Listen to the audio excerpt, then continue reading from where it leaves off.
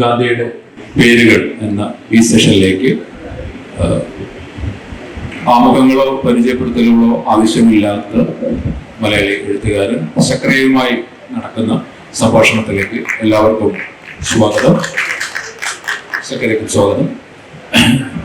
താങ്കളുടെ ഇതാണ് എൻ്റെ പേര് എന്ന നോവലിലെ അവസാനിക്കുന്നത്.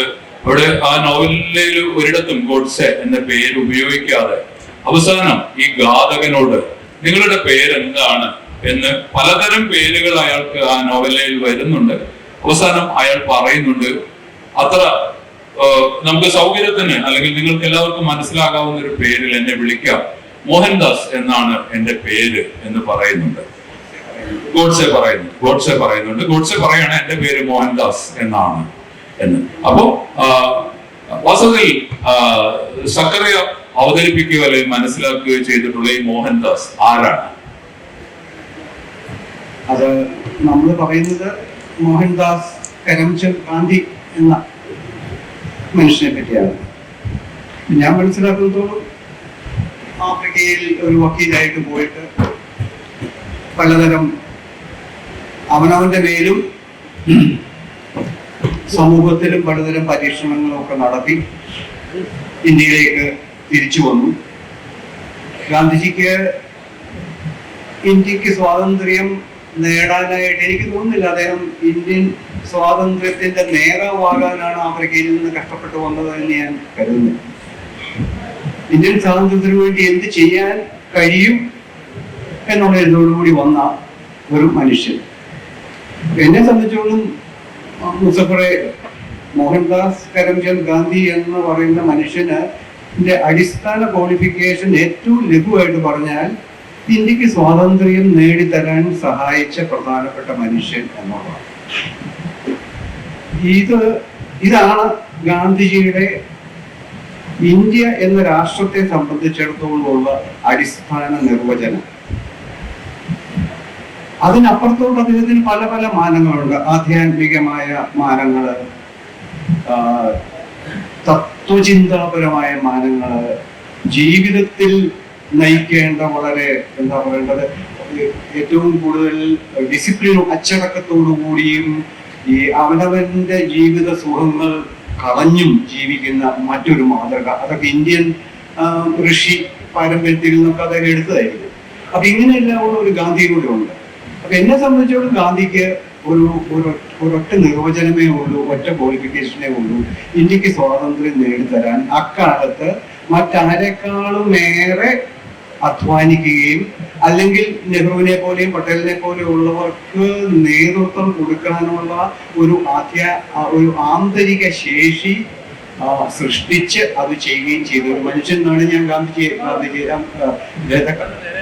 ഇദ്ദേഹത്തെ കാണുന്നത്. അപ്പൊ അതെങ്ങനെ ഉണ്ടായി എന്നൊക്കെ ഉള്ളത് വേറൊരു ചോദ്യം. അതിനപ്പുറത്തോട്ട് ഗാന്ധിജിയെ ആരാധിക്കാൻ എനിക്ക് വയ്യ. എനിക്ക് ഇത് ഒരു നല്ല മനുഷ്യൻ, സത്യസന്ധനായ മനുഷ്യൻ, കളവ് പറയില്ലാത്ത മനുഷ്യൻ, നീതിബോധമുള്ള മനുഷ്യൻ, സാധുക്കളോട് കരുണയുള്ള ഒരു മനുഷ്യൻ, ഈ മറ്റുള്ളവർ സത്യസന്ധരാണെന്ന് വിശ്വസിച്ച് വശായ ഒരു മനുഷ്യൻ, ഇന്ത്യക്കാരെ പറ്റി അത്യധികമായ ശുഭാപ്തി വിശ്വാസം വെച്ച് പുലർത്തിയ, ഇന്ത്യക്കാരെ പറ്റി, ഇന്ത്യൻ ഹിന്ദുവിനെ പറ്റിയും മുസ്ലിമിനെ പറ്റിയും ക്രിസ്ത്യാനിയെ പറ്റിയും അത്യധികമായ ശുഭാപ്തി വിശ്വാസം വെച്ച് പുലർത്തിയ ഒരു മനുഷ്യൻ. ഒരു പക്ഷേ ഈ ശുഭാപ്തി വിശ്വാസമാണ്, ഈ മിഥ്യാബോധമാണ് ഇന്ത്യ എന്തൊക്കെയോ ഒരു അദ്ദേഹത്തിന്റെ സ്വപ്നമനുസരിച്ച് വളരും, ഒരു സ്വപ്നരാജ്യമാകും. എനിക്ക് തോന്നുന്നു ഈ സ്വപ്നമാണ് ഇദ്ദേഹത്തെ മുന്നോട്ട് കൊണ്ടുപോയത് എന്ന് എനിക്ക് തോന്നുന്നു. നമ്മള് ഗാന്ധിയുടെ പേരുകൾ എന്ന് പറയുമ്പോൾ മൈത്രി എന്ന് പറയുന്നത് ഗാന്ധിയുടെ ഒരു പ്രധാന പേരായി തോന്നാറുണ്ട്. നമ്മുടെ ഇന്ത്യൻ ചരിത്രത്തിലേക്ക് നോക്കുമ്പോൾ നമുക്ക് കാണാൻ കഴിയുന്നത് പ്രത്യേകിച്ചും ഹിന്ദു മുസ്ലിം മൈത്രിക്ക് വേണ്ടി ഗാന്ധി നടത്തിയിട്ടുള്ള ശ്രമങ്ങൾ അത് ഒരുപക്ഷെ അന്ന് പരാജയപ്പെട്ടിട്ടുണ്ടായിരിക്കാം, പിന്നീട് അതിന് പിന്തുടർച്ച ഉണ്ടാകാതെ പോയിട്ടുണ്ടായിരിക്കാം. ഇന്നും നാം അതിന്റെ പ്രശ്നം, അതിന്റെ എല്ലാ അർത്ഥത്തിലും, അതിന്റെ ഏറ്റവും ഹിംസാത്മകമായ രാഷ്ട്രീയ അർത്ഥത്തിൽ നമ്മൾ ഇന്ന് അനുഭവിക്കുന്നുണ്ട്. സക്കറിയ സാർ എങ്ങനെയാണ് അതിനെ നോക്കിക്കാണുന്നത്? എനിക്ക് തോന്നുന്നു ഗാന്ധിജി ഹിന്ദു മുസ്ലിം മൈത്രി പ്രസംഗിച്ചില്ലായിരുന്നെങ്കിൽ അത് നിരന്തരമായിട്ട് അത് ഉപദേശിച്ചില്ലായിരുന്നെങ്കിൽ, അത് ഈ സ്വാതന്ത്ര്യ സമ്പാദനത്തിന് വേണ്ടി ഗാന്ധിജി ഒരു വശത്ത് മതത്തെ ഇറക്കിക്കൊണ്ടുവന്നു. സനാതന ഹിന്ദു ധർമ്മം, വർണ്ണാശ്രമ ധർമ്മത്തെ പോലും ന്യായീകരിച്ചുകൊണ്ടുള്ള നിലപാടുകൾ അദ്ദേഹം നിരന്തരമായിട്ട് സ്വീകരിച്ചു. ഈ നാരായണ ഗുരുവായിട്ടുള്ള സംസാരത്തിലൊക്കെ അടക്കം. അപ്പൊ ഒരു വശത്ത് അദ്ദേഹം മതം എന്ന ട്രംപ് കാർഡ്, തുരുപ്പ് കാർഡ് കളിച്ചു. മറുവശത്ത് അദ്ദേഹത്തിന് അറിയായിരുന്നു ഹിന്ദുക്കളെയും മുസ്ലിങ്ങളെയും ഒന്നിച്ച് നിർത്തിയില്ലെങ്കിൽ, അവർ തമ്മിൽ മൈത്രി ഉണ്ടെങ്കിലും ഇല്ലെങ്കിലും, യഥാർത്ഥത്തിൽ അവർക്ക് തമ്മിൽ സ്നേഹിക്കാൻ പറ്റിയാലും ഇല്ലെങ്കിലും, ഈ ആശയമാണ് ഒരു പക്ഷേ, കാരണം ഇന്ത്യയിലെ ലാർജസ്റ്റ് മെജോറിറ്റി ഹിന്ദുക്കളും അടുത്ത ലാർജസ്റ്റ് മെജോറിറ്റി മുസ്ലിങ്ങളുമായിരുന്നു. അപ്പൊ ഇവരെ കൂട്ടിയിണക്കുക എന്നുള്ള ഒരു ഒരു ഒരു ഒരു സ്വപ്നം, അല്ലെങ്കിൽ അദ്ദേഹത്തിന്റെ രാഷ്ട്രീയ യുദ്ധത്തിന്റെ ഒരു തന്ത്രമായിരുന്നു ഇത് എന്നതിൽ കവിഞ്ഞ് എനിക്കതിനെ കാണാൻ പറ്റില്ല. കാരണം യാഥാർത്ഥ്യബോധമുള്ള ഒരു മനുഷ്യനും, അല്ലെങ്കിൽ കണ്ണു തുറന്നു പിടിച്ച് ഇന്ത്യക്കാരെ മനസ്സിലാക്കിയിട്ടുള്ള ഒരാളിനും ഇത്തരം ഒരു മൈത്രി ആ തരത്തിൽ സാധ്യമാണ് എന്ന് വിശ്വസിക്കാൻ വഴിയില്ല. കാരണം അങ്ങനത്തെ ഒരു മൈത്രി ഇപ്പൊ കേരളത്തിൽ ഹിന്ദു മുസ്ലിം ക്രിസ്ത്യൻ മൈത്രി പുലരുന്നുണ്ട്. പക്ഷെ നിരന്തരമായിട്ട് കേരളത്തിൽ എന്തെങ്കിലും ആക്രമിക്കപ്പെടുന്നുണ്ടെങ്കിൽ അത് ഈ മൈത്രിയാണ്. നിരന്തരമായിട്ട് പുരോഹിതന്മാരുടെ ഭാഗത്തു നിന്നും, രാഷ്ട്രീയ പാർട്ടികളുടെ ഭാഗത്തു നിന്നും, മറ്റു പല ശക്തികളുടെ ഭാഗത്തു നിന്നും അപ്പൊ ഇത് കേരളം ഒരു മൈക്രോകോസം മാത്രമാണ്. ഇതിനെയാണ് അഖിലേന്ത്യാ ബേസിസിൽ ഇന്ന് ആക്രമിക്കപ്പെട്ടുകൊണ്ടിരിക്കുന്നതും അന്നും ആക്രമിക്കപ്പെട്ടുകൊണ്ടിരുന്നതും. അപ്പൊ ഗാന്ധിജിയെ സംബന്ധിച്ചിടത്തോളം ഈ ഒരു കാച്ച് വേർഡ്, ഒരു ഫോർമുല, ഈ തരത്തിലുള്ള ഒരു സ്വപ്നം, ഹിന്ദുവും മുസ്ലിമും സഹോദരങ്ങളാണ്, അവർ ആദ്യം ഇന്ത്യക്കാരാണ്, പിന്നെയാണ് മറ്റന്റെ, ഈ സ്വപ്നം വിൽക്കുക എന്നുള്ളത് ഗാന്ധിജിയുടെ ആവശ്യമായിരുന്നു എന്നാണ് ഞാൻ വിശ്വസിക്കുന്നത്. ആ സ്വപ്നത്തിന്റെ വിൽപ്പന തീർച്ചയായിട്ടും ഇന്ത്യയെ സ്വതന്ത്രമാക്കുന്ന ആ വാതിൽപ്പടി വരെ ഈ പ്രസ്ഥാനത്തെ എത്തിക്കാൻ അദ്ദേഹത്തിന് കഴിഞ്ഞു. പക്ഷെ ആ വാതിൽപ്പടിയിൽ എത്തിക്കഴിഞ്ഞപ്പോ ഈ പഠിക്കൽ വരെ കൊണ്ടുവന്ന കുടം കുടയുക എന്ന് പറയുന്ന ഒരു പഴഞ്ചൊല്ല, അതിന്റെ കൃത്യം ഞാൻ എന്ന് പറഞ്ഞ പോലെ അവിടെ വെച്ച് കുട ഉടഞ്ഞു. അപ്പൊ ആ പാർട്ടീഷൻ വന്നോടുകൂടി, വിഭജനം വന്നോടുകൂടി ആ ഒരു മിഥ്യ, ആ മായ, ഇത് സാധ്യമാണ്, എന്നേക്കും ഇത് നിലനിൽക്കും എന്ന ഗാന്ധിജിയുടെ ആ സ്വപ്നം ഉള്ളിക. അതിനുശേഷം ഗാന്ധിജി വാസ്തവത്തിൽ, എന്റെ അഭിപ്രായത്തിൽ ഗാന്ധിജി അന്ന് മരിച്ചു. ഇന്ത്യയെ വിഭജിച്ച് അന്ന് നാം അറിയുന്ന ആ മനുഷ്യന്റെ അന്ത്യമായിരുന്നു അത്. പിന്നെയുള്ളതല്ല, ഒരു ശരീരം അങ്ങോട്ടും ഇങ്ങോട്ടും നടന്നു. അവസാനം ഗോഡ്സെ എന്ന് പറയുന്ന ഹിന്ദു അതിന് അവസാനം, ആ ശരീരത്തിന്റെ അവസാനം കിട്ടും. അത്രയേ ഉള്ളൂ. അപ്പൊ ഇതായിരുന്നു ഞാൻ കാണുന്നത്. അപ്പൊ ഹിന്ദു മുസ്ലിം മൈത്രിയെ പറ്റി മുസഫറെ ഈ സ്വപ്നമാണ്, അത് ഒരു ഗാന്ധിയൻ സ്വപ്നമായിരുന്നു. ഗാന്ധിജിക്ക് ഇതുപോലെ ഒട്ടനവധി മറ്റാർക്കും സാധ്യമല്ലാത്ത സ്വപ്നങ്ങൾ ഉണ്ടായിരുന്നു. അതും ഒരു സ്വപ്നമായിരുന്നു എന്നാണ് ഞാൻ വിശ്വസിക്കുന്നത്. ഇതേപോലെ തന്നെ താങ്കളുടെ ഇതാണെന്റെ പേരിൽ അതിന്റെ തുടക്ക ഭാഗത്ത് ഈ ഘാതകൻ ഈ വെടിവെപ്പിന് ശേഷം ചോദിക്കുന്നുണ്ട്, ഒരു വളരെ സർക്കാസ്റ്റിക് ആയിട്ട് ചോദിക്കുന്നുണ്ട്, ഒരു വൃദ്ധന് ഇത്രയധികം രക്തമോ? കാരണം ഈ വെടിയേറ്റ് രക്തം ഒലിച്ചു കിടക്കുന്ന ഈ ശരീരം നോക്കി പറയുന്നുണ്ട്. വാസ്തവത്തിൽ ഇന്ന് ആ ഒരു വാചകം നമ്മളുടെ ഇന്ത്യൻ സാഹചര്യത്തിൽ ഗാന്ധിയുടെ രക്തം ഇന്ന് എന്തിനു വേണ്ടിയാണ് നിലവിളിക്കുന്നത്? അന്ന് സക്കറിയ എഴുതിയ ആ ചോദ്യം ഉണ്ടല്ലോ, ഒരു വൃദ്ധന് ഇത്രയും രക്തമോ? ഇപ്പൊ മരിച്ചു കഴിഞ്ഞ്, വെടിവെച്ച് കൊന്നു കഴിഞ്ഞ് ഒരാൾ വീണ്ടും ആ രക്തം വീണ്ടും പുനർജനിക്കുന്നത് പോലെയുള്ള അനുഭവങ്ങൾ പിന്നീട് നമ്മുടെ ഇന്ത്യൻ ചരിത്രത്തിലുണ്ട്, സമകാലികമായി തൊട്ട് പറയുകയുമല്ല. താങ്കൾ ഡൽഹിയിലും ഒക്കെ ജീവിച്ച കാലത്ത്, പത്രപ്രവർത്തകനായി ജീവിച്ച കാലത്ത് ഒക്കെയുള്ള അനുഭവങ്ങളുടെ പശ്ചാത്തലത്തിൽ അതിനെ നോക്കിക്കാണാൻ കഴിയുമോ? ഗാന്ധിജിയുടെ രക്തം, ഗോഡ്സെ ആ ശരീരത്തിന്റെ രക്തം അവിടെ വീഴിച്ചു.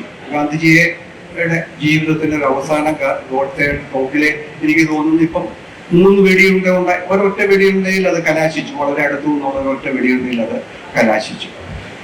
അപ്പൊ അത് ഇവിടെ ഞാൻ ഒരു ഒരു ഒരു ഫുട്നോട്ടായിട്ട് പറയുന്നുണ്ട്.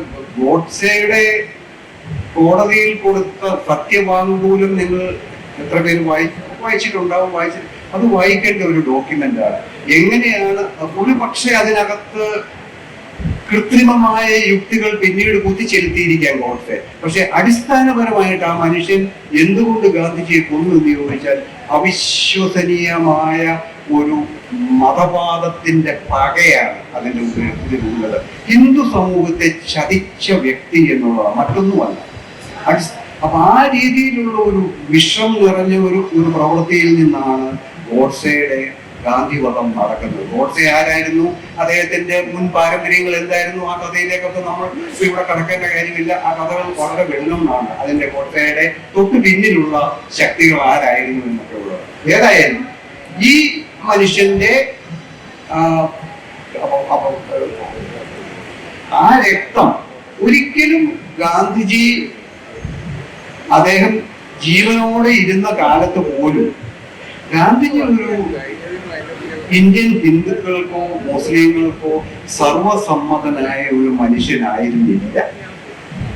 അദ്ദേഹം അവർക്ക് ബഹുമാനിക്കേണ്ടതായി വന്ന ചില ആവശ്യങ്ങൾക്ക് വേണ്ടി സ്വാതന്ത്ര്യ സമരം മുന്നോട്ട് കൊണ്ടുപോകാനായി അവർക്ക് ബഹുമാനിക്കാൻ അവർ നിർബന്ധിതനായ ഒരു വ്യക്തിയായി, അല്ലെങ്കിൽ ഗാന്ധിജി അങ്ങനെ തന്നെ അവനവനെ പടുത്തുയർത്തി അദ്ദേഹത്തിന്റെ ആന്തരിക ശക്തി കൊണ്ട്. എനിക്ക് തോന്നുന്നു ഗാന്ധിജിയുടെ ഏറ്റവും വലിയ ശക്തി സത്യമായിരുന്നു, നീതിബോധമായിരുന്നു, യുക്തിയായിരുന്നു. യുക്തി മതത്തിലേക്ക് വന്നപ്പോൾ ഗാന്ധിജിയുടെ യുക്തി പോയി. അപ്പോൾ ഗാന്ധിജി വർണ്ണാശ്രമധർമ്മത്തെയൊക്കെ, കാരണം അവിടെ ഗാന്ധിജിയിലെ സനാതന ഹിന്ദു ഒരിക്കലും പിടിവിട്ടില്ല. എല്ലായ്പ്പോഴും ആവർത്തിച്ച് പറയുമായിരുന്നു, ഞാൻ ഒരു സനാതനിയാണ്, എനിക്കതിൽ ലജ്ജയില്ല. അതാണ് ഗാന്ധിജി നമ്മൾ ബഹുമാനിക്കുന്നത്. എന്തുകൊണ്ട്? അത് ഒളിച്ചും പാത്തൊന്നും അല്ല ഗാന്ധിജി ഞാൻ സനാതന ഹിന്ദുവാണെന്ന് പറഞ്ഞിരുന്നു, ധൈര്യമായിട്ട് പറഞ്ഞിരുന്നു. അപ്പൊ ഈ ഗാന്ധിജിയെ സംബന്ധിച്ചിടത്തോളം ഈ രക്തം ഒഴുകിയില്ലെങ്കിലും ഗാന്ധിജി ഒരു സർവപ്രിയനായ വ്യക്തി, സമാരാധ്യനായ വ്യക്തി ഒന്നും ആയിരുന്നുവെന്ന് എന്റെ ചരിത്രവായന എന്നോട് പറയുന്നില്ല. പക്ഷെ അതിന് വേറെ പല തരത്തിലും അദ്ദേഹത്തിന്റെ സ്ത്രീകളുമായിട്ടുള്ള ബന്ധങ്ങളും ഒക്കെ കോൺഗ്രസ് ലീഡർഷിപ്പിലൊക്കെ വളരെയധികം അസ്വസ്ഥതകൾ ഉണ്ടാക്കിയിരിക്കുന്ന ഘട്ടങ്ങളൊക്കെ ഉണ്ട്. വിഭാരനായ മനുഷ്യൻ യുവതികളായ 2 സ്ത്രീകളുടെ കൂടെ കിടന്നുറങ്ങുന്നു. അപ്പൊ ഗാന്ധിജി ഇതൊന്നും അടച്ചു പൂട്ടിയിട്ട് ചെയ്ത കാര്യമല്ല. ഗാന്ധിജി പറഞ്ഞു, ഞാൻ ഒരു പ്രത്യേക അന്വേഷണത്തിന്റെ ഭാഗമായിട്ടാണ് ഇത് ചെയ്യുന്നത്. അവിടെയാണ് ആ മനുഷ്യന്റെ ആത്മശക്തി. അതുവരെ പറയാനുള്ള. എന്നിട്ട് ഈ 2 യുവതികളും അവർക്ക് അവരുടെ അനുഭവങ്ങൾ അവർ പിറ്റേ ദിവസം ഡയറിയിൽ കുറിച്ച് ഗാന്ധിജിയുടെ സെക്രട്ടറി മഹാദേവ് ദേശായിലേക്ക് പോകും. ട്രാൻസ്പേരൻസി. ഇത് ഇങ്ങനെ ഒരു മനുഷ്യനെ നമുക്ക് സാധാരണഗതിയിലൊന്നും നമുക്ക് കാണാൻ കിട്ടുന്ന ഒരു വ്യക്തിയല്ല. അപ്പൊ ഈ മനുഷ്യൻ ഒരിക്കലും നമ്മൾ രക്തം കൊല്ലാൻ ഗോഡ്സെയെ പോലെയുള്ള ഒരാൾ കൊന്നത് അതൊരു വശം. അതിനു മുമ്പും അതിന് ശേഷവും ഗാന്ധിജി നമ്മൾ ഇന്ത്യക്കാരെ സംബന്ധിച്ചിടത്തോളം, ഇന്ത്യൻ രാഷ്ട്രീയ പാർട്ടികളെ സംബന്ധിച്ചിടത്തോളം, കോൺഗ്രസിനെ സംബന്ധിച്ചിടത്തോളം ഗാന്ധിജി ഒരു അനാവശ്യമായ ഭാരമായിരുന്നു. ഒരു സ്വാതന്ത്ര്യം ലഭിച്ചു കഴിഞ്ഞ നിമിഷത്തിൽ വാസ്തവത്തിൽ അത് കൃത്യമായിട്ട് ഗ്രാമസ്വരാജ്യം മതി, ഇവിടെ മറ്റൊരു വലിയ ഭരണകൂടം വേണ്ട എന്ന് ഗാന്ധിജി പറഞ്ഞു, പട്ടാളം വേണ്ട എന്ന് പറഞ്ഞു. ഈ തരത്തിലൊക്കെയുള്ള അവരുടെ നോട്ടത്തിലുള്ള അബദ്ധങ്ങൾ പറയുന്ന ഒരു മനുഷ്യനെ അവർക്ക് ആവശ്യമേ ഇല്ലായിരുന്നു ഒരു കാരണവശാലും. അപ്പൊ എത്രയോ കോൺഗ്രസുകാർ തന്നെ ആശ്വാസത്തിന്റെ ദീർഘശ്വാസം വിട്ടിരിക്കുമെന്ന് നമുക്ക് അറിഞ്ഞുകൂടാ അദ്ദേഹം മരിച്ചു. കാരണം അധികാരം കയ്യിലേക്ക് വരികയാണ്. ഒരു ഇന്ത്യ പോലെയുള്ള ഒരു രാജ്യത്തിന്റെ ഇന്ന് BJP ഒക്കെ നേടിയിരിക്കുന്ന അതിലും അതുപോലെയുള്ള ഒരു രാജ്യത്തിന്റെ പരമാധികാരം കയ്യിലേക്ക് വരുമ്പോഴാണ് ഒരു മനുഷ്യൻ, ഒരു വൃദ്ധൻ ഒരു കോണിലിരുന്ന് പറയുന്നത് കോൺഗ്രസ് പാർട്ടി പിരിച്ചുവിടുക, ഈ അധികാരം നമ്മൾ ഏറ്റെടുക്കരുത്, ഈ തരത്തിലല്ല ഇത് ചെയ്യേണ്ടത്. അപ്പോ ചോദ്യത്തിന്റെ ഉത്തരവായിട്ട് പറയാനുള്ളത്, ഒരിക്കലും നാം ഈ താത്വികമായ വാക്കുകൊണ്ടും പ്രതിമകൾ കൊണ്ടും മറ്റു തരത്തിലുള്ള ആഘോഷങ്ങൾ കൊണ്ടും ഗാന്ധിജിയെ ആഘോഷിച്ചതല്ലാതെ ഒരു ഗാന്ധിയൻ മൂല്യം പോലും, ഒരു ലാഞ്ചന പോലും പിന്നീട് ഇന്ത്യൻ മുഖ്യധാര രാഷ്ട്രീയത്തിലേക്കോ ജീവിതത്തിലേക്കോ കടന്നു വന്നിട്ടില്ല എന്നുള്ളത്. ഗാന്ധിയന്മാർ ഇന്ന് ഞാൻ തിരുവനന്തപുരത്തും മറ്റും കാണുന്ന ഗാന്ധിയന്മാരും മറ്റും RSSന്റെ കൂടെ അടിയുറച്ചു നിൽക്കുന്ന ആളുകളാണ്. അപ്പൊ അവരെ RSSകാരെ ഗാന്ധിയിൽ ഒരു കുഴപ്പമില്ല, ഇത് ഡെമോക്രസിയാണ്, ഗാന്ധിജി അവൈലബിൾ ആണ്, അങ്ങനെയുള്ള വിളിക്കല്ല. അല്ലെങ്കിൽ ഒരു മുസ്ലിം തീവ്രവാദിയെ ഗാന്ധി എന്ന് വിളിച്ചു, അല്ലെങ്കിൽ ഒരു ക്രിസ്ത്യൻ തീവ്രവാദിയെ ഗാന്ധി എന്ന് വിളിച്ചാൽ നമുക്കൊന്നും പറയാൻ പറ്റില്ല. പക്ഷെ അവിടെ ഗാന്ധിജി പരാജയപ്പെട്ടു എന്ന് ചോദിച്ചാൽ എനിക്ക് അറിഞ്ഞുകൂടാ. പക്ഷെ എനിക്ക് തോന്നുന്നു, എനിക്ക് തോന്നുന്നു ഗാന്ധിജി മറ്റെല്ലാ ഈ തരത്തിൽ അവനവന് ഒരു പ്രത്യേക ശക്തി ഉണ്ടാക്കി നിർമ്മിച്ച് ചിന്ത കൊണ്ടും ആലോചന കൊണ്ടും ഭാവന കൊണ്ടും അവനവനെ കെട്ടിപ്പടുത്തെടുത്ത ഇതുപോലെയുള്ള യേശുവിനെ പോലെയും ബുദ്ധനെ പോലെയൊക്കെയുള്ള മനുഷ്യരെ പോലെ ഒരു സമ്പൂർണ്ണ പരാജയമായി തീർന്ന മനുഷ്യരിലൊരാണ് അദ്ദേഹം പറഞ്ഞു. ഒരു കാര്യവും ഒന്നും യേശുവിന്റെ കാര്യത്തിലൊക്കെ ഒന്നുള്ള പോലെ ഒന്നും നടന്നില്ല, യാതൊന്നും. മരിച്ച് ആ രക്തം ഉണങ്ങുന്നതിന് മുമ്പ് തന്നെ ആ പറഞ്ഞ കാര്യങ്ങളെല്ലാം അവസാനിച്ചു. നമ്മളൊരു വളരെ ഹിംസാത്മകം എന്ന് സക്രിയെ പോലെയുള്ള ആളുകളെല്ലാം അല്ലെങ്കിൽ ആ തരത്തിൽ വിശ്വസിക്കുന്നവരെല്ലാം പറഞ്ഞ ഒരു പ്രത്യയശാസ്ത്രം കഴിഞ്ഞ കുറച്ചു കാലം ഈ രാജ്യം ഭരിക്കുകയും കഴിഞ്ഞ തെരഞ്ഞെടുപ്പിൽ ആ ഒരു ആശയത്തിന് അല്പം ദുർബലത, അവർ പരാജയപ്പെട്ടില്ല, അവർ പിൻവാങ്ങിയില്ല, അവർക്ക് ഒരു ചെറിയ ദുർബലത വന്നതിൽ വളരെ ഗ്രാസ് റൂട്ട് ലെവലിൽ അതിനുവേണ്ടി പ്രവർത്തിച്ച ചെറു സംഘങ്ങൾ അവരെ എല്ലാം നയിച്ചത് ഗാന്ധിയൻ വികാരമായിരുന്നു, ഗാന്ധിയൻ അണ്ടർസ്റ്റാൻഡിങ് ആയിരുന്നു എന്ന തരത്തിലുള്ള ചില പഠനങ്ങളൊക്കെ ഇപ്പൊ പുറത്തു വരുന്നുണ്ട്.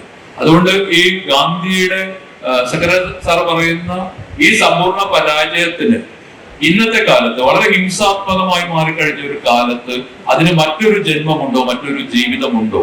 അതിന് എങ്ങനെയാണ് സക്രിയ നിരീക്ഷിച്ചിട്ടുള്ളത്? ഗാന്ധിജി ഇന്നൊരു അക്കാഡമിക് സ്റ്റഡിയാണ്. ഗാന്ധിജി ഇന്നിപ്പോ ആഴത്തിൽ പഠിക്കുന്ന ആളുകൾ ചില ഡിപ്പാർട്ട്മെന്റ് ഓഫ് ഗാന്ധിസം അല്ലെ ചെയർ ഫോർ ഗാന്ധി എന്നൊക്കെ പറഞ്ഞ് ചില യൂണിവേഴ്സിറ്റികളിലും പ്രത്യേകിച്ച് വിദേശ യൂണിവേഴ്സിറ്റികളിലും ഒക്കെ, കാരണം ഗാന്ധിജി ഉണ്ടാക്കി വെച്ച തത്വശാസ്ത്രപരവും രാഷ്ട്രീയ തത്വശാസ്ത്രപരമായിട്ടുള്ള ക്യാൻവാസ് വളരെ വിശാലവും വളരെ ആഴത്തിൽ പഠിക്കേണ്ടതുമായ കാര്യങ്ങൾ അതിനകത്തുണ്ട്.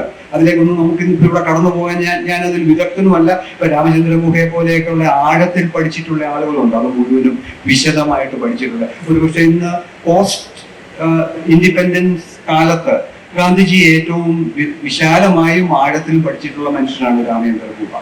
ഞാൻ പറഞ്ഞത് അവർക്കൊക്കെ അറിയാവുന്നതിന്റെ നാലിലും ഒരു ചെറിയ അംശം പോലും എനിക്ക് അറിഞ്ഞുകൂടും. പക്ഷെ നമുക്ക് മനസ്സിലാകുന്നത് നമ്മൾ ജീവിക്കുന്ന സമൂഹത്തിനുള്ളിൽ ഗാന്ധിജിയുടെ പേര് പറയപ്പെടുന്നതല്ലാതെ, ഈ ഗാന്ധിജിയുടെ പേരിലുള്ള പ്രസ്ഥാനങ്ങളല്ലാതെ, അല്ലെങ്കിൽ ഒരു രാഷ്ട്രീയ പാർട്ടി കോൺഗ്രസ്സുകാർ ഉദാഹരണമായിട്ട് ഗാന്ധിജിയുടെ, ഇന്നിപ്പോ എനിക്ക് തോന്നുന്ന കമ്മ്യൂണിസ്റ്റുകൾ പോലും ഒരുപക്ഷെ ഗാന്ധിജിയുടെ പേര് പറയുന്നുണ്ടെന്ന് എനിക്ക് തോന്നുന്നുണ്ട്.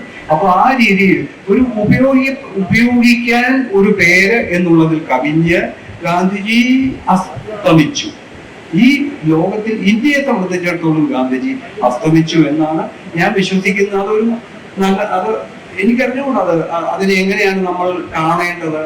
ഗാന്ധിജി ഒരുപക്ഷെ ഗാന്ധിജിയെ കൊണ്ട് മുന്നോട്ട് പോകാൻ ഇന്ത്യക്ക് സാധ്യമല്ല എന്ന കൃത്യമായ ധാരണ എത്രയോ കോടി ആളുകൾക്ക് ഉണ്ടായതുകൊണ്ടായിരിക്കാം ഗാന്ധിജിയെ വധിച്ച ആളുകളുമായിട്ടുള്ള ഒരു സമ്പർക്കങ്ങളും ഒക്കെയുള്ള ആളുകൾക്ക് ഇവിടെ ശക്തി ആർജിക്കുന്നത്. അപ്പൊ ഇത് അപ്പം എവിടെയോ ജനങ്ങളുടെ മനസ്സിൽ ആ തരത്തിൽ ഉള്ള ചിന്തകൾ ഉണ്ട് എന്ന് നമ്മൾ ചിന്തിക്കേണ്ടതുണ്ട്. അപ്പം ഇന്ത്യക്കാർ തന്നെ ഈ പല തെരഞ്ഞെടുപ്പുകളിലൂടെ ഗാന്ധിക്കെതിരെയുള്ള ഒരു മനസാക്ഷിയെ ഒരു ചിന്താ പദ്ധതിയാണ് മുന്നോട്ട് വെക്കുന്നത് എന്നെനിക്ക് സംശയമുണ്ട്. അപ്പോ ഇതിലെനിക്ക് സത്യത്തിൽ ഗാന്ധിജി ഒരു ഇന്നത്തെ ഇന്ത്യൻ യാഥാർത്ഥ്യത്തിൽ ഗാന്ധിജി ഒരു ഭാരമാണ്.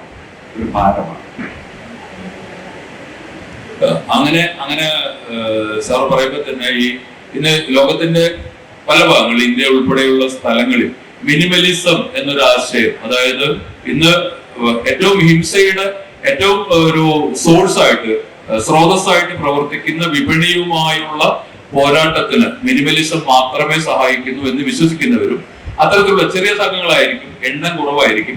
പക്ഷെ ആ മിനിമലിസ്റ്റ് ആർട്ട് പോലും ഉണ്ടാവുന്നു, മിനിമലിസ്റ്റ് സിനിമ ഉണ്ടാവുന്നു. അങ്ങനെ ഈ മിനിമലിസം എന്ന് പറയുന്ന ആശയം ഇന്നും ലോകത്ത് അവശേഷിക്കുന്നുണ്ടെങ്കിൽ അത് ഗാന്ധിയിൽ നിന്ന് തന്നെ ആയിരിക്കില്ലേ വന്നിട്ടുണ്ടാവുക?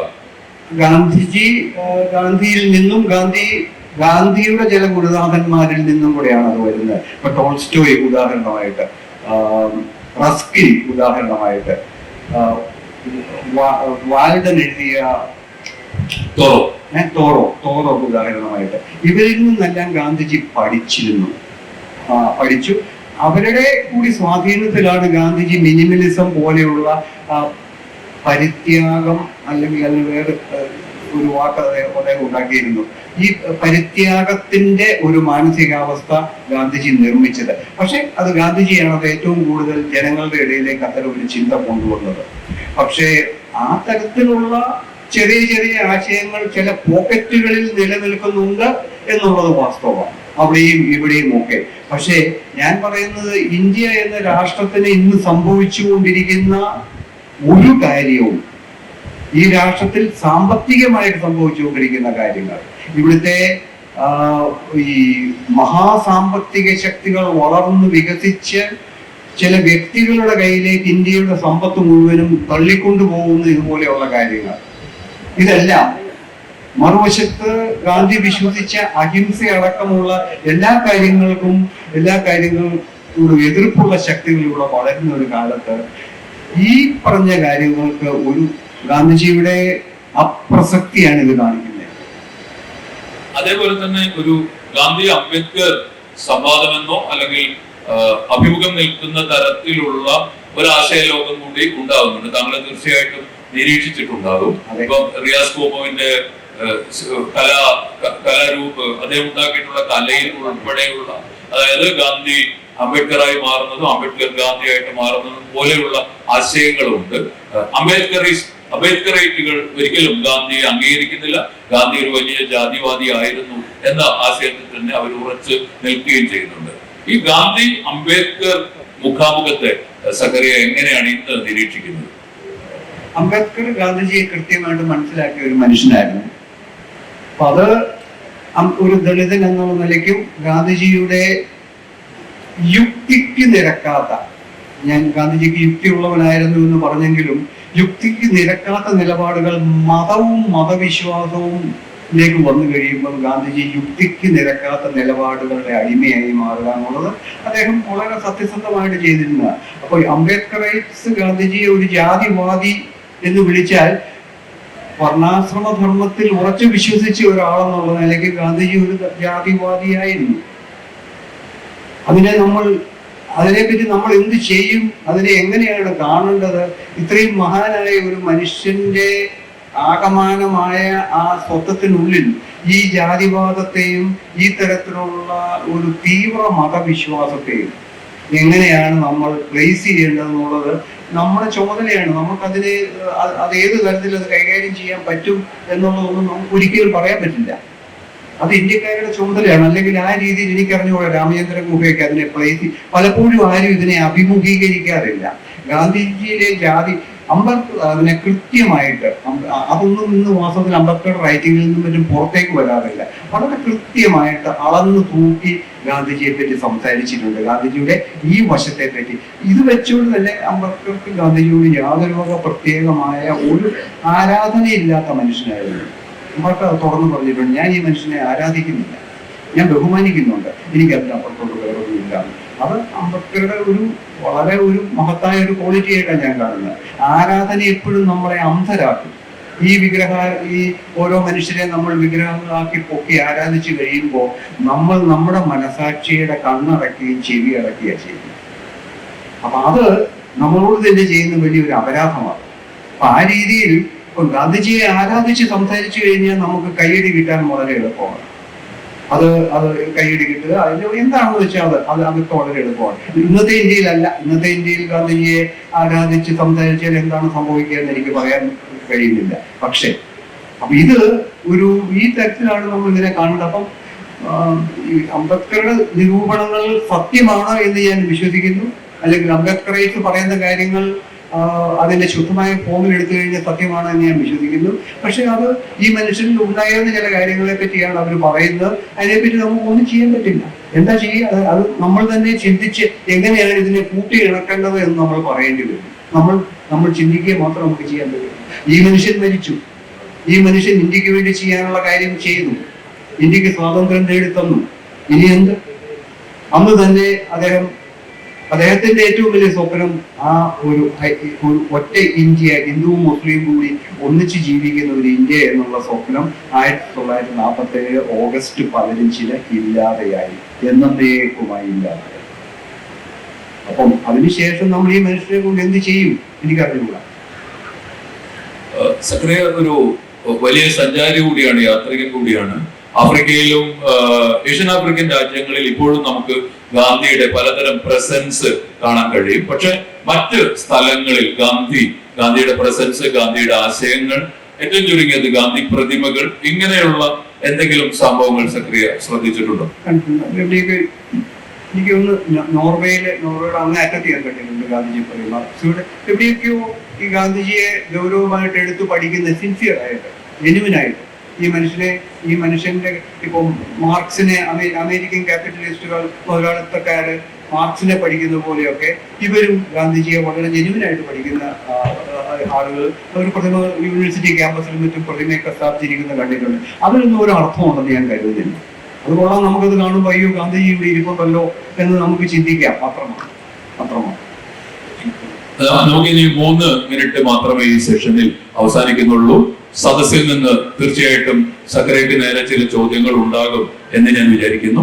ചോദ്യങ്ങളിലേക്ക്. മലയാള സാഹിത്യം പൊതുവെ നമ്മൾ ആഘോഷിക്കുന്നത് നായർ നസ്രാണി സാഹിത്യത്തെയാണ്. അപ്പൊ അതില് ഞാൻ ഏറ്റവും എനിക്ക് ആദരവ് തോന്നിയിട്ടുള്ള ഒരു പ്രതിഭയാണ് സക്കറിയ. 99-ൽ അരുന്ധതി റോയ്ക്ക് ഒരു സ്വീകരണം കൊടുത്തതിന്റെ പേരിൽ തന്നെ നായനാർ സർക്കാർ പിരിഞ്ഞുവിടെ നോട്ടീസ് വന്നപ്പോ എനിക്ക് വേണ്ടി വളരെ ധീരമായി ശബ്ദിച്ച ഒരു മനുഷ്യനാണ്. അതുകൊണ്ട് തന്നെ അദ്ദേഹത്തോടുള്ള എന്റെ നന്ദി ഞാൻ ഇവിടെ പ്രകടിപ്പിക്കാൻ ആഗ്രഹിക്കുന്നു. ഇപ്പോ അദ്ദേഹം പറഞ്ഞ കാര്യങ്ങൾ, ഗാന്ധിയെ കുറിച്ചുള്ള അദ്ദേഹത്തിന്റെ നിരീക്ഷണങ്ങളിൽ എനിക്ക് ഷോക്ക് ഉണ്ടാക്കിയ ഒരു കാര്യം, ഗാന്ധി നീതിയുടെ പക്ഷത്തായിരുന്നു എന്നുള്ളതാണ്. ജാതി വ്യവസ്ഥ എന്ന അനീതിയുടെ പക്ഷത്ത്, ജാതി വ്യവസ്ഥ എന്ന അനീതിയുടെ ദർശനത്തിന്റെ ഏറ്റവും ഭ്രാന്തനായ വക്താവ്. ആ വക്താവ് എങ്ങനെയാണ് നീതിയുടെ വക്താവുക? മാത്രമല്ല ഏറ്റവും ക്രൂരവും ഏറ്റവും പൈശാചികവുമായ ഒരു ജാതി വ്യവസ്ഥയുടെ വക്താവിന് എങ്ങനെ അഹിംസാവാദിയാണെന്ന് പറയാൻ പറ്റും? മോസ്റ്റ് വയലന്റ് കൺസെപ്റ്റ് ആ സിസ്റ്റം. അപ്പൊ സത്യം എന്നുള്ളത് അദ്ദേഹത്തിന്റെ ഭഗവത്ഗീത എന്നുള്ള വയലൻസിന്റെ ടെക്സ്റ്റിൽ അഹിംസ ഇതെന്ന് ലോകത്തോട് പച്ചക്കള്ളം പറഞ്ഞ ഗുജറാത്തി വനിയാണ് അദ്ദേഹം. ഡോക്ടർ അംബേദ്കർ അദ്ദേഹത്തെ കുറിച്ച് പറഞ്ഞത്, ചുണ്ടിൽ രാമനാമവും കക്ഷത്ത് കടാരിയുമായി നടക്കുന്ന ആളെ മഹാത്മാവെന്ന് വിളിക്കാമെങ്കിൽ തീർച്ചയായും അങ്ങനെ വിളിക്കാവുന്നതാണ്. ഞാൻ അതിന് തയ്യാറല്ല. അപ്പൊ അത്തരത്തില് പിന്നെ ഇത്രയും കുടിലമായ ജാതി ചിന്ത തോട്ടികളോട് പറഞ്ഞത്, തോട്ടികളെ നിങ്ങൾ വിദ്യാഭ്യാസം നേടിക്കോളൂ, എനിക്ക് ആക്ഷേപമൊന്നുമില്ല, പക്ഷെ നിങ്ങളത് ഉപജീവന മാർഗം വേറെ തേടാൻ പാടില്ല എന്നാണ്. ഇത്രയും ഭീകരമായ RSSും ഇദ്ദേഹം തമ്മിൽ എന്താ വ്യത്യാസം? RSSന്റെ ആ ബ്രാഹ്മണസ്ഥിതിക്ക് വേണ്ടി നിലകൊള്ളുന്നു, ഗാന്ധിജിയെ ബ്രാഹ്മണസ്ഥിതിക്ക് വേണ്ടി നിലകൊള്ളുന്നു. പക്ഷെ ജാതിയുടെ പ്രശ്നമില്ല. ബ്രാഹ്മണ ജാതിയിൽപ്പെട്ടിട്ടുള്ള ഗോഡ്സെ ബനിയ ജാതിയിൽപ്പെട്ടിട്ടുള്ള ഗാന്ധിയെ കൊന്നു. കാരണം എന്താണ്? ജാതി നിയമങ്ങൾ ലംഘിച്ചതിന്റെ പേരിലാണ് കൊന്നത്. 30കൾ മുതലേ കൊലപാതക ശ്രമം തുടങ്ങിയിരിക്കുന്നത്. അത് 48ലാണ് ശരിയായിരുന്നു മാത്രം. അപ്പൊ അത് മുസ്ലിങ്ങളുമായിട്ട് ബന്ധപ്പെട്ട പ്രശ്നമല്ല. അത് അങ്ങനെ ആക്കാൻ ശ്രമിക്കുന്നത് ശരിയല്ല. താങ്കളുമായിട്ട് യോജിക്കാനേ എനിക്ക് താല്പര്യമുള്ളൂ വാസ്തവത്തിൽ. പക്ഷെ ഇത്ര ശക്തമായ വാക്കുകൾ ഉപയോഗിച്ചും ഈ രീതിയിലേക്ക് ഞാൻ കടക്കുകയില്ല. പക്ഷെ പറഞ്ഞ ജാതി ഒരു ഇഷ്യൂ ആണ്. ജാതിയെ ന്യായീകരിക്കുന്ന ആർക്കും ആരെയും നമുക്ക് നീതിമാൻ എന്ന് വിളിക്കാൻ പറ്റില്ല ആ രീതിയിൽ നോക്കിക്കഴിയുന്നു. അപ്പൊ അത് ഗാന്ധിജി അതിന്റെ ഉള്ളിലൂടെ, ഈ ജാതി വ്യവസ്ഥയെ ന്യായീകരിക്കുന്നതിന്റെ ഉള്ളിലൂടെ ഗാന്ധിജി കാരുണ്യത്തിന്റെയും ദയയുടെയും കമ്പാഷന്റെയും ഒക്കെ ഒരു തത്വശാസ്ത്രം കടത്തിക്കൊണ്ട് വരികയാണ് ചെയ്തത്. പക്ഷെ അതൊന്നും ഇവിടെ പ്രാവർത്തികമായില്ല എന്നുള്ളത് മറ്റൊരു യാഥാർത്ഥ്യം. പക്ഷെ അദ്ദേഹം അതിനെപ്പറ്റി സംസാരിക്കാതിരുന്നില്ല. ജാതി വ്യവസ്ഥയെ പുള്ളി ബലമായിട്ട് പിടിച്ചത് ജാതി വ്യവസ്ഥയിലെ അനാചാരങ്ങളെ എതിർത്തുകൊണ്ട് തന്നെയായിരുന്നു അദ്ദേഹം അത് ചെയ്തിരുന്നത് എന്നുള്ള ഒരു ബെനിഫിറ്റ് ഓഫ് ഡൗട്ട് നമ്മൾ ഗാന്ധിജിക്ക് കൊടുക്കണം. ഒരു കാര്യം പറയുന്നത്, ഈ ഗാന്ധിയുടെ 1930s ശേഷമുള്ള ഗാന്ധിയിൽ ഉണ്ടായിരുന്ന വലിയ പരിണാമം സ്വയം ഗാന്ധി റദ്ദാക്കിക്കൊണ്ടിരുന്നത്. ഇത് വളരെ പരുഷമായ ഭാഷയിൽ അദ്ദേഹം ചെയ്യുന്ന ഗാന്ധി വിമർശനത്തിനുള്ള എന്റെ പ്രതികരണമാണ്. ഗാന്ധി 1930s ശേഷം ഗാന്ധി നിരന്തരം പരിണമിച്ചുകൊണ്ടിരിക്കുകയും ആ പരിണമിച്ചിരുന്ന അവസാന ഗാന്ധി കൊല്ലപ്പെടുന്ന ഗാന്ധി എന്ന് പറയുന്നത് അംബേദ്കറിസ്റ്റുകൾ ഗാന്ധിയിൽ ആരോപിക്കുന്ന ഗാന്ധി ഒരു കാലത്ത് ഉടുത്തിരുന്ന വസ്ത്രങ്ങൾ ഉപേക്ഷിക്കപ്പെട്ട ഗാന്ധിയാണ് 1940കളിൽ ഇന്ത്യയിൽ വേദനയോടുകൂടി നടന്നത്, കൊല്ലപ്പെട്ടത്. ഇതിൽ പ്രൊഫസർ ഗോപാൽ ഗുരു 3 കൊല്ലം മുമ്പ്, പ്രൊഫസർ ഗോപാൽ ഗുരു 3-4 കൊല്ലം മുമ്പ് എഴുതിയ ഒരു ലേഖനമുണ്ട്. EPW എഴുതിയ ഒരു ലേഖനമാണ്. ഈ ഹരിജൻ എന്ന ഗാന്ധിയുടെ പ്രയോഗത്തിനെ ഏറ്റവും കൂടുതൽ അറ്റാക്ക് ചെയ്ത കൃഷ്ണനെ അറ്റാക്ക് ചെയ്യുകയൊക്കെ ചെയ്യുമ്പോൾ ഗോപാൽ ഗുരുവിനെ പോലെയുള്ള ഒരു ദലിത് ചിന്തകൻ 3 കൊല്ലം മുമ്പ് എന്തുകൊണ്ടാണ് ഗാന്ധി അത് ചെയ്തതെന്നും അതിനെ ന്യായീകരിച്ചുകൊണ്ടും ഗോപാൽ ഗുരു അടുത്ത കാലത്ത് ഒരു ലേഖനം എഴുതിയിരുന്നു എന്നുള്ളത് കൊണ്ടാണ്. അപ്പോ ഈ പരിണമിച്ചിരുന്ന ഗാന്ധി, അവസാനകാല ഗാന്ധി ഹിന്ദു നാഷണലിസ്റ്റുകൾക്ക് കൊല്ലാതെ നിവൃത്തിയില്ലായിരുന്നു എന്നുള്ളത് കൊണ്ട് തന്നെയാണ് പരിണമിച്ച ഗാന്ധിയെ കൊന്നെന്ന് വിശ്വസിക്കുന്ന ഒരാളാണ്. നമ്മുടെ ഈ സെഷൻ ഇവിടെ അവസാനിക്കുകയാണ്. സെക്രട്ടറി സാറിന് നന്ദി. Thank you for coming and thank you for your time. Thank you.